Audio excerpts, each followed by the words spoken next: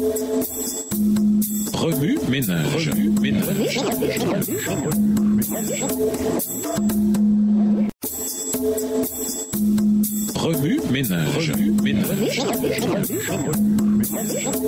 Bienvenue dans votre émission. Remue ménage. Nous voilà à la leçon de mardi. Investiguer. Lisons Luc 1, les versets 30 à 33, 1 Pierre 2, le verset 9, 2 Samuel 7, les versets 9 à 14, Deutéronome 12, les versets 8 à 14, Psaume 132, Ésaïe 42, le verset 13, Ésaïe 59, les versets 15 à 20, Lévitique 10, les versets 8 à 11 et Malachie 2, le verset 7. Luc 1, les versets 30 à 33. L'ange lui dit: Ne crains point Marie, car tu as trouvé grâce devant Dieu. Et voici, tu deviendras enceinte, et tu enfanteras un fils, et tu lui donneras le nom de Jésus. Il sera grand et sera appelé Fils du Très-Haut. Et le Seigneur Dieu lui donnera le trône de David son père. Il régnera sur la maison de Jacob éternellement, et son règne n'aura point de fin. 1 Pierre 2, le verset 9. Vous, au contraire, vous êtes une race élue, un sacerdoce royal, une nation sainte, un peuple acquis, afin que vous annonciez les vertus de celui qui vous a appelé des ténèbres à son admirable lumière. 2 Samuel 7, les versets 9 à 14. J'ai été avec toi partout où tu as marché. J'ai exterminé tous tes ennemis devant toi, et j'ai rendu ton nom grand comme le nom des grands qui sont sur la terre. J'ai donné une demeure à mon peuple, à Israël, et je l'ai planté pour qu'il y soit fixé et ne soit plus agité, pour que les méchants ne l'oppriment plus comme auparavant. Et comme à l'époque où j'avais établi des juges sur mon peuple d'Israël, je t'ai accordé du repos en te délivrant de tous tes ennemis. Et l'Éternel t'annonce qu'il te créera une maison,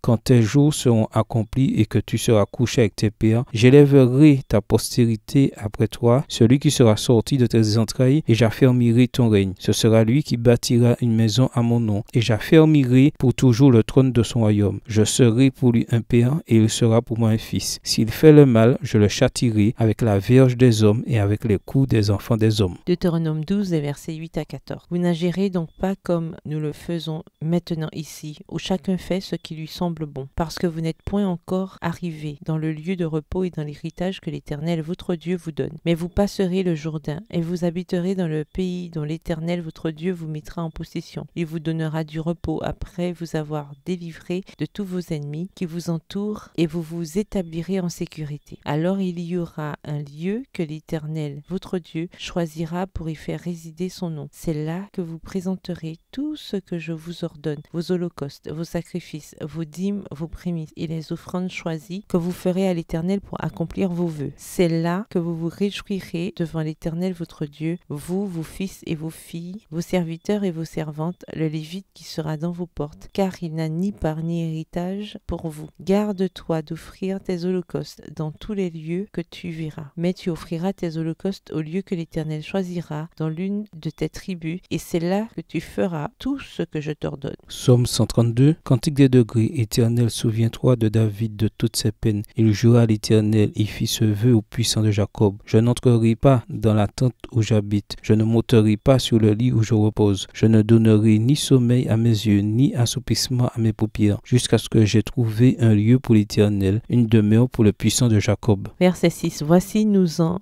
entendîmes parler à Ephrata. Nous la trouvâmes dans les champs de Jar. Allons à sa demeure. Prosternons-nous devant son marchepied. Lève-toi, Éternel, viens à ton lieu de repos, toi et l'arche de ta majesté. Que tes sacrificateurs soient revêtus de justice et que tes fidèles poussent des cris de joie. À cause de David, ton serviteur, ne repousse pas ton roi. Verset 11. L'Éternel a juré la vérité à David. Il n'en reviendra pas. Je mettrai sur ton trône un fruit de tes entrailles. Si tes fils observent mon alliance et mes préceptes que je leur enseigne, leurs fils aussi pour toujours seront assis sur son trône. Oui, l'Éternel a choisi Sion. Il a désiré pour sa demeure. C'est mon lieu de repos à toujours. J'y habiterai car je l'ai désiré. Je bénirai sa nourriture. Je rassasierai de pain ses indigents. Verset 16. Je revêtirai de salut ses sacrificateurs et ses fidèles pousseront des cris de joie. Là, j'élèverai la puissance de David. Je préparerai une lampe à mon roi. Je revêtirai de honte ses ennemis et sur lui brillera sa couronne. Ésaïe 59, versets 15 à 20. La vérité a disparu et celui qui s'éloigne du mal est dépouillé. L'Éternel voit d'un regard indigné qu'il n'y a plus de droit droiture. Il voit qu'il n'y a pas un homme, il s'étonne de ce que personne n'intercède. Alors son bras lui vient en aide et sa justice lui sert d'appui. Il se revêt de la justice comme d'une cuirasse et il met sur sa tête le casque du salut. Il prend la vengeance pour vêtement et il se coupe de la jalousie comme d'un manteau. Il rendra à chacun selon ses œuvres, la fureur à ses adversaires, l'appareil à ses ennemis. Il rendra l'appareil aux îles. On craindra le nom de l'Éternel depuis l'Occident et sa gloire depuis le soleil levant. Quand l'ennemi viendra comme un fleuve, l'Esprit de l'Éternel le mettra en fuite. Un Rédempteur viendra pour Sion, pour ceux de Jacob, qui se convertiront de leurs péchés, dit l'Éternel. Lévitique 10, versets 8 à 11. L'Éternel parla à Aaron et dit, tu ne boiras ni vin, ni boisson enivrant, toi et tes fils avec toi, lorsque vous entrerez dans la tente d'assignation,